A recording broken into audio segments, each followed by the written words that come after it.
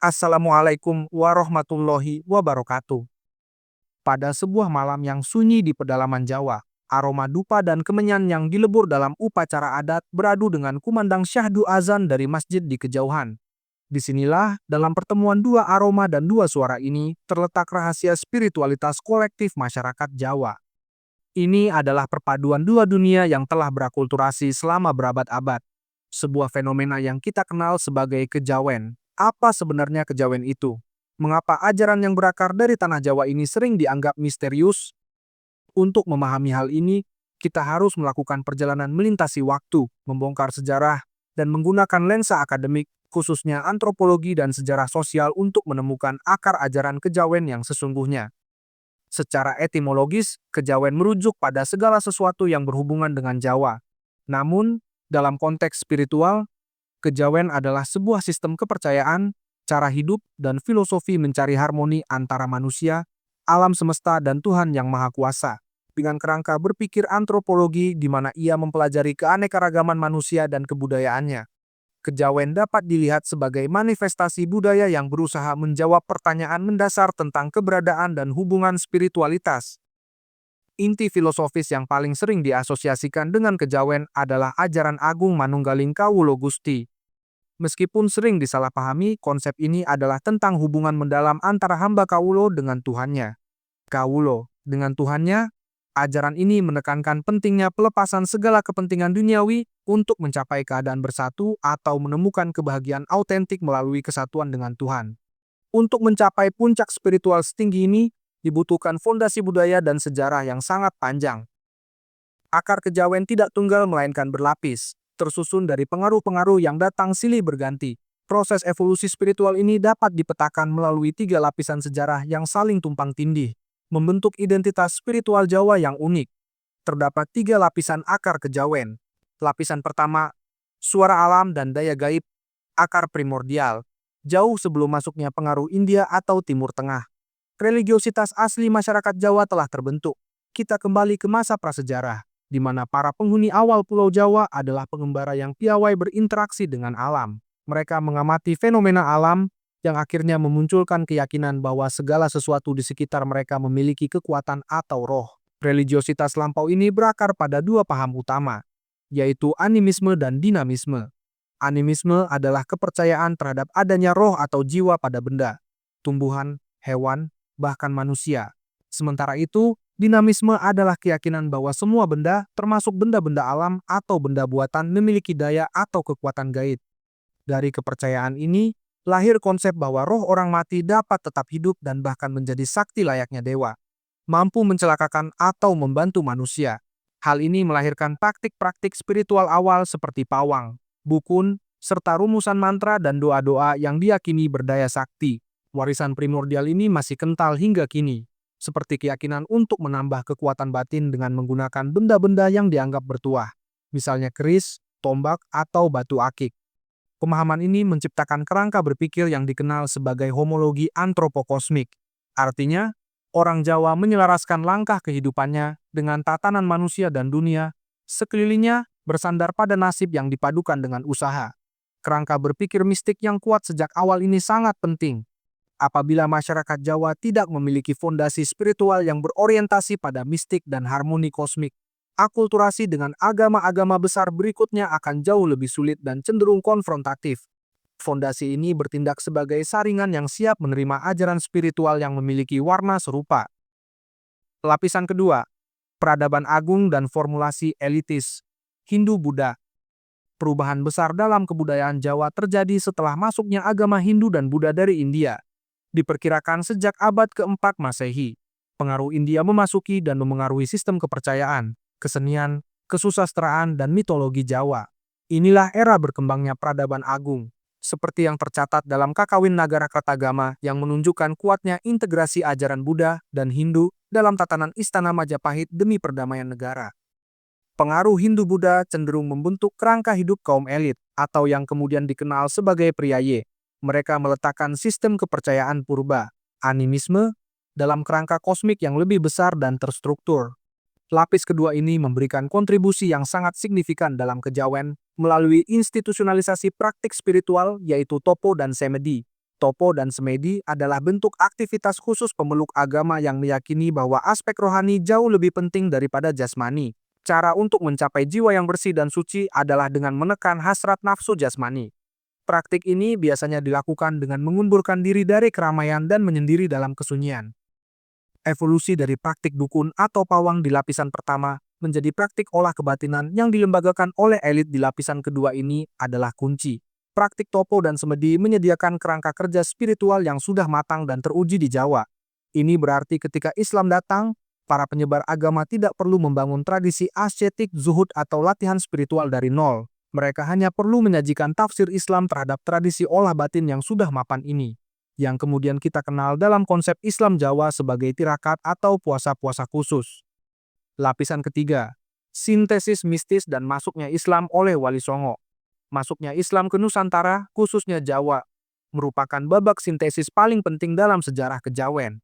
Islam tidak disebarkan melalui jalur militer atau konfrontasi, melainkan melalui dimensi spiritualnya, yaitu tasawuf atau sufisme. Para penyebar Islam awal yang paling terkenal adalah Wali Songo. Beliau memahami betul fondasi mistis yang sudah mengakar dalam masyarakat Jawa. Tasawuf sebagai dimensi spiritual Islam secara inheren lebih kompromistis dengan budaya dan tradisi setempat. Hal ini disebabkan adanya persamaan warna, yakni mistik antara ajaran Sufi dengan tradisi Jawa, sehingga masyarakat lebih mudah menerimanya. Kesamaan ini memungkinkan Wali Songo untuk menyiarkan Islam dengan menyelaraskan ajaran Sufi dengan alam pikiran masyarakat setempat. Tokoh sentral dalam proses sintesis ini adalah Sunan Kalijaga. Beliau dikenal karena kemampuannya merekonsiliasi Islam dengan realitas budaya Jawa. Alih-alih menghancurkan tradisi yang sudah ada, beliau memodifikasi konten dan intinya kemudian memasukkan nilai-nilai Islam. Sebuah strategi dakwah yang sering disebut sinkretisme. Contoh paling nyata adalah penggunaan wayang. Wayang, yang merupakan warisan tradisi Hindu-Buddha, dipertahankan oleh Sunan Kalijaga, namun bentuknya dimodifikasi dan narasi di dalamnya diisi dengan ajaran tauhid dan akhlak Islam. Ini adalah keputusan strategis yang memastikan kesinambungan budaya, bukan pemutusan total, sehingga Islam dapat menembus lapisan rakyat yang masih memegang teguh animisme atau dinamisme dan menyerap praktik olah batin dari Hindu-Buddha untuk menciptakan identitas Islam Jawa yang baru. Puncak spiritual dari sintesis ini adalah ajaran Manunggaling Kawula Gusti. Ajaran ini merupakan konvergensi antara pencarian kesatuan spiritual Jawa yang mistis dengan konsep tauhid dalam Islam. Dalam konteks sufistik Jawa, ini adalah upaya tertinggi hamba untuk mendekatkan diri dan merasakan kehadiran Tuhannya secara otentik. Seringkali dicapai melalui praktik tirakat puasa dan pantangan makanan atau gaya hidup sederhana, yang merupakan bentuk islamisasi dari praktik topo Hindu-Buddha. Sejarah dan status kontemporer kejawen. Untuk memahami kejawen secara komprehensif, penting untuk melihatnya melalui kacamata ilmu pengetahuan dan perdebatan akademik modern. Status kejawen seringkali diperdebatkan. Apakah ia adalah budaya yang diislamkan atau Islam yang dijawakan? Salah satu perdebatan sosiologi agama paling terkenal mengenai masyarakat Jawa adalah trikotomi yang diusulkan oleh antropolog Clifford Geertz pada tahun 1960-an. Geertz membagi masyarakat Jawa ke dalam 3 kategori sosio-religius, yaitu santri berorientasi Islam normatif, priayi berorientasi Hindu-Buddha atau elit, dan abangan berorientasi animisme atau kejawen rakyat. Geertz berpendapat bahwa pengaruh Islam di Jawa hanya menyentuh permukaan budaya, sementara struktur keyakinan dasarnya tetap non-Islam. Baginya, animisme memberikan kontribusi besar pada kehidupan kaum abangan, sementara Hindu atau Buddha berdampak kuat pada kaum priayi. Jika kita menerima pandangan Geertz, kejawen adalah sistem kepercayaan yang pada dasarnya non-Islam. Namun, pandangan Geertz ini mendapat kritik signifikan dari akademisi lain, seperti Mark R. Woodward. Woodward menolak dikotomi tajam Geertz. Woodward berpendapat bahwa struktur keagamaan dasar orang Jawa sesungguhnya adalah Islam. Dalam pandangan Woodward, kejawen bukanlah oposisi terhadap Islam, melainkan varian mistis dari religiusitas Islam Jawa. Woodward melihat abangan bukan sebagai kelompok anti-santri, melainkan sebagai model religiusitas Islam yang tidak jauh dari Islam normatif, yang ia sebut sebagai Islam Jawa dan para penghayat mistisnya sebagai kejawen. Perbedaan paradigma ini sangat fundamental. Pandangan Geertz menekankan perpecahan dan keasingan Islam dalam kejawaan sementara. Pandangan Woodward menekankan sintesis dan kesinambungan. melihat kejawen sebagai salah satu jalur spiritualitas Islam yang khas di Nusantara. Bagi audiens Muslim, pandangan Woodward memberikan kerangka pemahaman yang lebih sensitif, menempatkan praktik kejawen dalam spektrum yang lebih luas dari spiritualitas Islam yang telah berakulturasi. Kejawen saat ini bukan hanya peninggalan sejarah, tetapi tradisi spiritual yang hidup dan terus berevolusi dalam konteks negara modern. Sejak tahun 1965, melalui PNPS nomor 1 dan 1978, Keputusan MPR nomor 4 tahun 1978, terjadi pemisahan yang jelas antara agama dan aliran kepercayaan. Aliran kepercayaan termasuk kejawen tidak diakui sebagai agama resmi. Ketidakjelasan status hukum ini telah menimbulkan masalah diskriminasi bagi para penghayat. Mereka seringkali merasa terasingkan di negara sendiri. Ambiguitas ini memengaruhi hak-hak sipil, seperti pendaftaran pernikahan atau pengisian kolom agama dalam kartu tanda penduduk. Banyak penghayat kejawen dipaksa memilih salah satu agama resmi untuk alasan pragmatis, seperti kemudahan administrasi atau pekerjaan. Titik balik penting dalam sejarah kontemporer kejawen terjadi pada tahun 2017. Mahkamah Konstitusi melalui putusan nomor 97 tahun 2016 memutuskan bahwa pasal 61 ayat 1 dan pasal 64 ayat 1 UU Administrasi Kependudukan adalah conditionally inconstitutional. Putusan ini pada dasarnya mewajibkan negara untuk mengakomodasi dan mencantumkan data penganut kepercayaan, termasuk kejawen, pada kolom KTP elektronik setara dengan pemeluk agama resmi setelah melalui proses seleksi yang sesuai dengan Pancasila dan UUD 1945. Keputusan ini menunjukkan bahwa warisan spiritual kejawen adalah entitas dinamis yang terus berjuang untuk pengakuan dan hak-hak sipil dalam kerangka hukum Republik Indonesia. Ini menegaskan bahwa evolusi kejawen adalah proses yang berkelanjutan, dipengaruhi oleh politik, hukum, dan perubahan sosial nasional.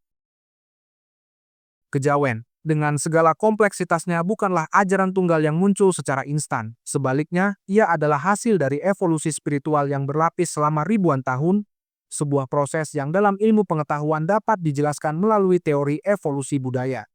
Kita telah melihat bagaimana akar primordial animisme dan dinamisme menciptakan alam pikiran mistik yang siap menerima, bagaimana Hindu-Buddha melembagakan olah batin seperti topo dan semedi, dan yang terpenting, bagaimana tasawuf Islam berhasil menyatukan dan menyempurnakan fondasi spiritual ini melalui pendekatan Wali Songo.